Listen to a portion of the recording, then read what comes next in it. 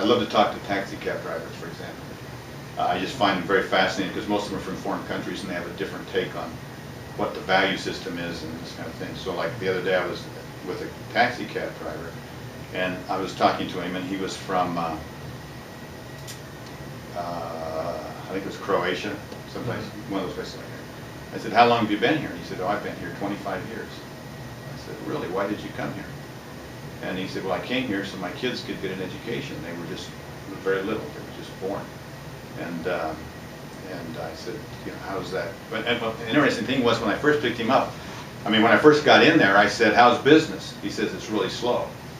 I said, what do you do all day long when it's this slow? Because he was hanging out around the hotel. He says, well, I go into a hospital, and there's always people over there that need a ride. And so I'll pick them up and take them for free and just take them to their home or bring them back. He says, that way I keep busy, and I feel good at the end of the day. Even though it's been a bad day, I still feel good. I thought, that's fantastic. I said, then I asked him where he was from and how long he lived here in the country, and he told me 25 years. And, you know, and so I said, and he told me he came here because he wanted to get his kids an education. I said, well, how's that work for you? And he said, my son, he just graduated just this last week, and he's just starting with a CPA firm in New York. And I said, that's terrific. I said, how about your daughter? How's that working? He goes, oh, my daughter, she fixes these. She's a cardiologist. And I started thinking about this, and I looked at it from the aspect of the quadrants. So I started looking at it, and I said, now wait a second.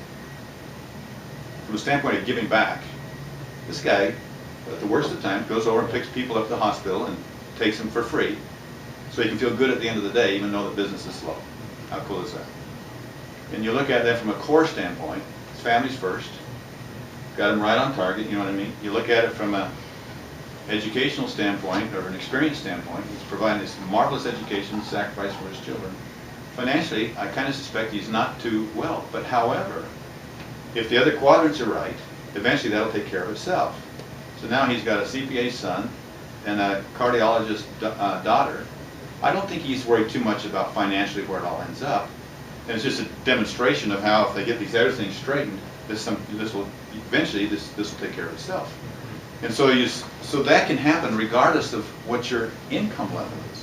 If you really can accept and embrace the principles that we talk about, and these are principles that apply no matter what your wealth level is. So if you can come in and develop discipline around the financial and really understand how to create, you know, that really money is just a representation of how you create value. It's your relationship with the world. It's your relationship taking your talents and what's my relationship with my talent to the world. If I can offer something to the world, then so how do I continue to look at that? So you have that in terms of offering value, but you start coordinating and getting the other aspects of the quadrants working for you. That's the whole idea of ascend